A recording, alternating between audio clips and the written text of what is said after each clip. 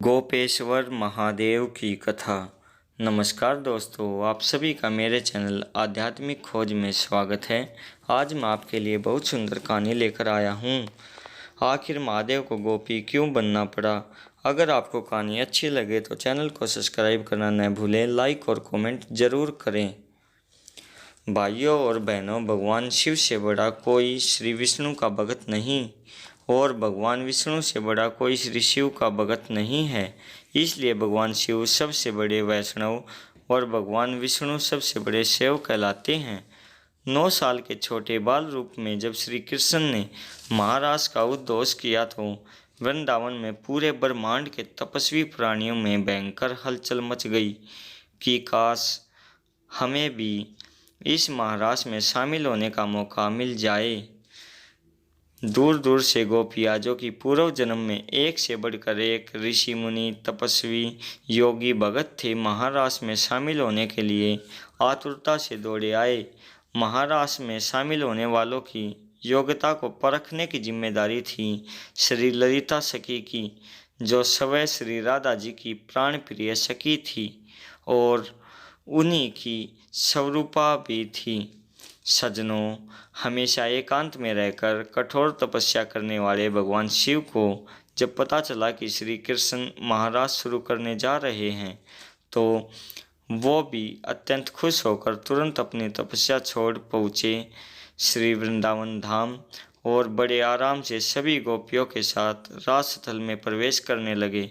पर द्वार पर ही उन्हें श्री ललिता सखी ने रोक दिया और बोली कि हे महाप्रभु, रास में सम्मिलित होने के लिए क्षत्रियत्व जरूरी है।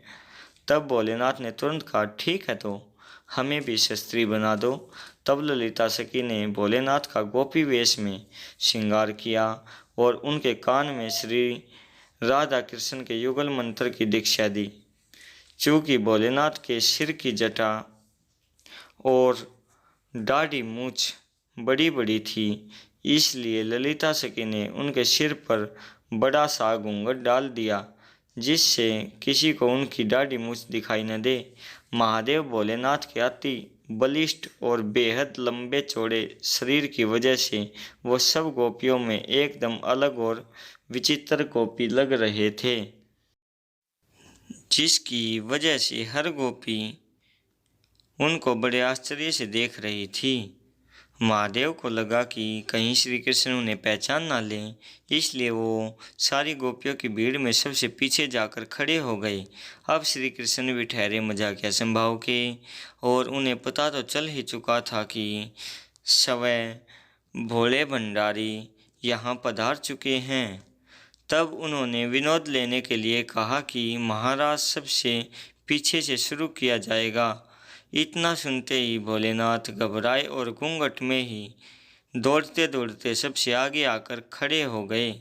पर जैसे ही वो आगे आए वैसे ही श्री कृष्ण ने कहा कि अब महाराज सबसे आगे से शुरू होगा। तब महादेव फिर दौड़कर पीछे पहुँचे तो श्री कृष्ण ने फिर कहा, रास पीछे से शुरू होगा। तब महादेव फिर दौड़कर आगे आए। इस तरह कुछ देर तक ऐसे ही आगे पीछे चलता रहा और बाकी की सभी गोपियाँ आश्चर्य से खड़े होकर श्री कृष्ण और श्री महादेव के बीच की लीला देख रही थी और ये सोच रही थी कि ये कौन सी गोपी है जो दिल डोल से तो भारी भरकम है, पर बार बार शर्मा कर कभी आगे भाग रही है तो कभी पीछे, और जैसे लग रहा है श्री कृष्ण भी इसको जानबूझकर हैरान करने के लिए बार बार आगे पीछे का नाम ले रहे हैं। कुछ देर बाद श्री कृष्ण ने कहा कि महाराज सबसे पहले इस चंचल गोपी से शुरू होगा जो शिथिर बैठ ही नहीं रही है। यह कहकर श्री कृष्ण ने भोलेनाथ का घूंघट हटा दिया और आनंद से उद्घोष किया, आओ गोपेश्वर महादेव, आपका इस महाराज में स्वागत है। और इसके बाद जो महा उत्सव ऐसा हुआ कि ऋषि भी हाथ जोड़कर नेति नेति करते रहे। इस महाराज के महासुख को शब्दों में बयान नहीं किया जा सकता। तब से आज तक भगवान शिव शंकर वृंदावन में गोपेश्वर रूप में ही निवास करते हैं। वृंदावन के गोपेश्वर महादेव मंदिर में जहां उनका रोज शाम को गोपी रूप में नित्य रास के लिए श्रृंगार किया जाता है।